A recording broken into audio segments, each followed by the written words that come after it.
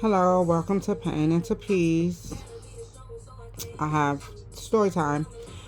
So at this story time is it's been really on my heart, and I've been really like it's come back to me. So I'm really inspired to like talk about it, what occurred, because it really did take a like certain effect on my life with what had occurred to one of my playmates that I used to play with.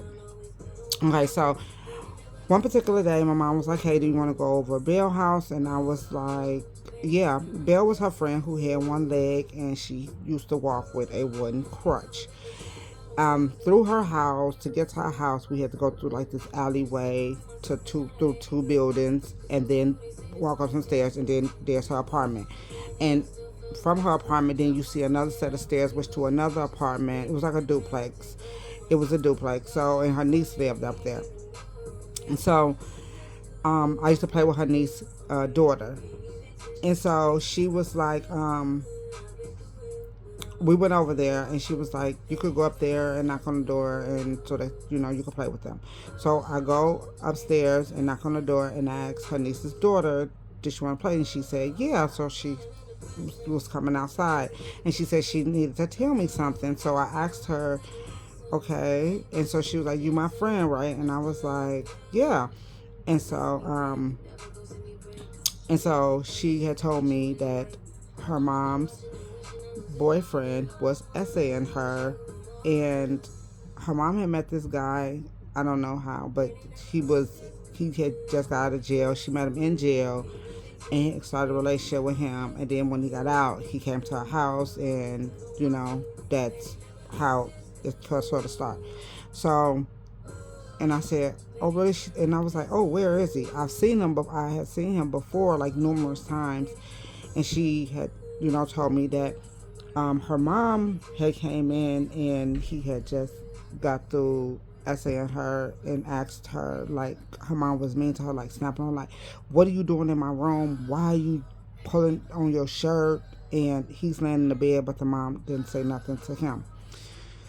So as the story went on, she said I had to get like surgery, and I was like, surgery? And she was like, yeah, I had to get like this operation. I'm like 10, I think she's like 12, 13.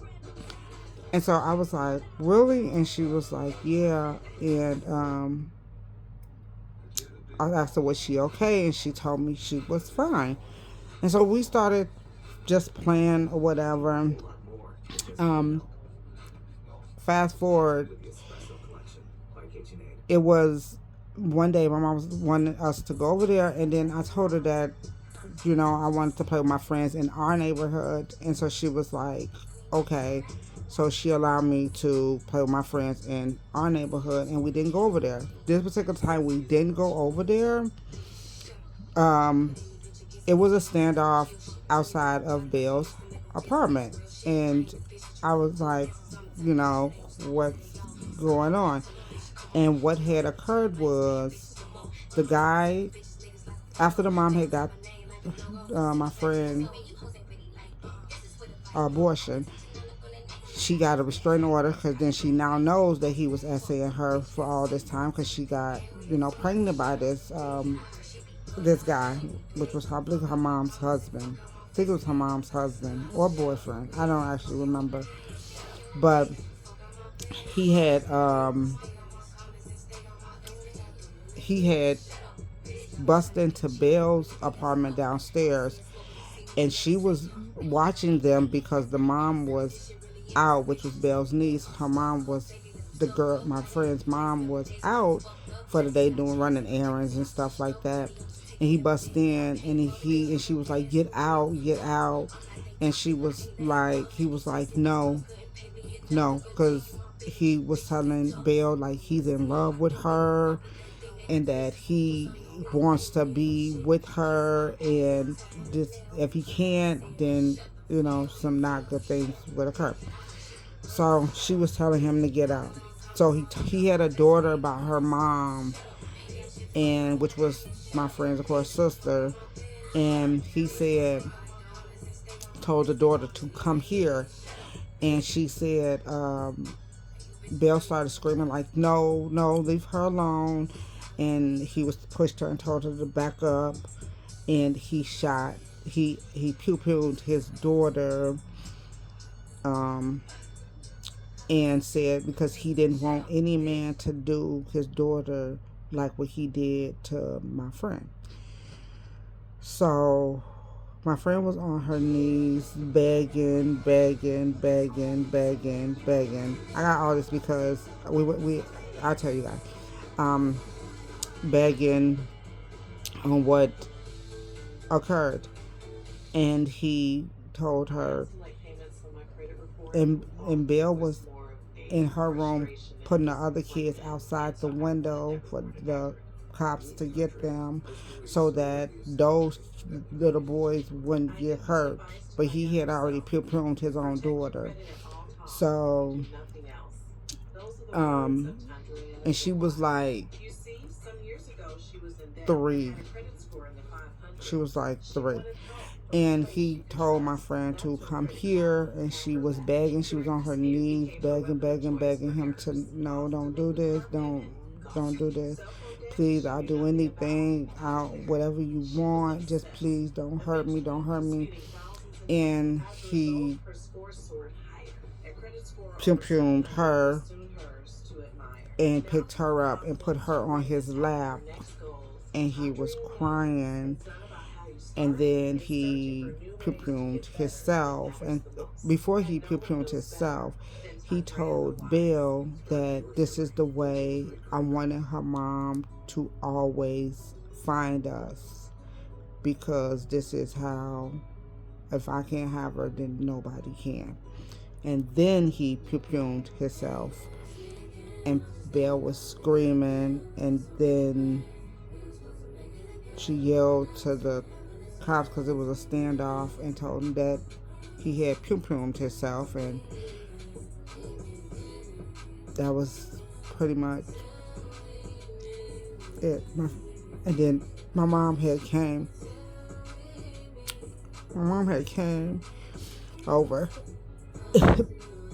and I was hearing her talk to Bill, and Bill was telling her what occurred with my friend.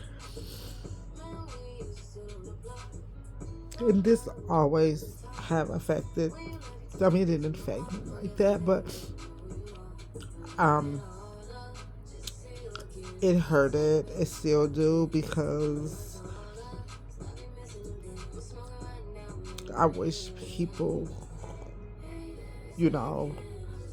if they're sick like that, they go get help and things like that.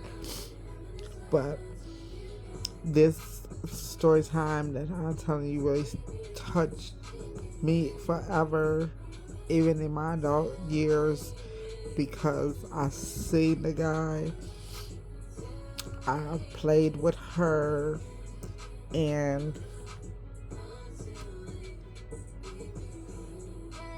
her attacker took her from this earth.